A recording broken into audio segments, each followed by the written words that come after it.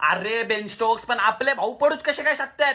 अख्ख्या एरियाची मतं मी आपल्या भाऊंच्या बाजूने लावली होती आणि घंटा कोण फुटणार नाही, तरी पण कसे काय पडले भाऊ? 2100 4002. ए बायको, तू कोणाला मत दिलतस?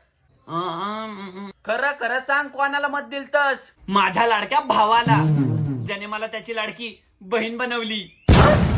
जर 200 रुपयाच्या कपड्याच्या सेल साठी आम्ही गर्दी करू शकतो, तर 2100 रुपयांसाठी आमच्या लाडक्या भावाला मत देऊन अख्खं सरकार हलू शकतो. अरे मी अख्ख्या गावभर भाऊंसाठी भिकाऱ्यासारखा मत मागत फिरतोय आणि इथं तर माझ्याच घरातली चड्डी फाटकी निघाली. मग कसं वाटलं आम्हा बायकांचं राजकारण?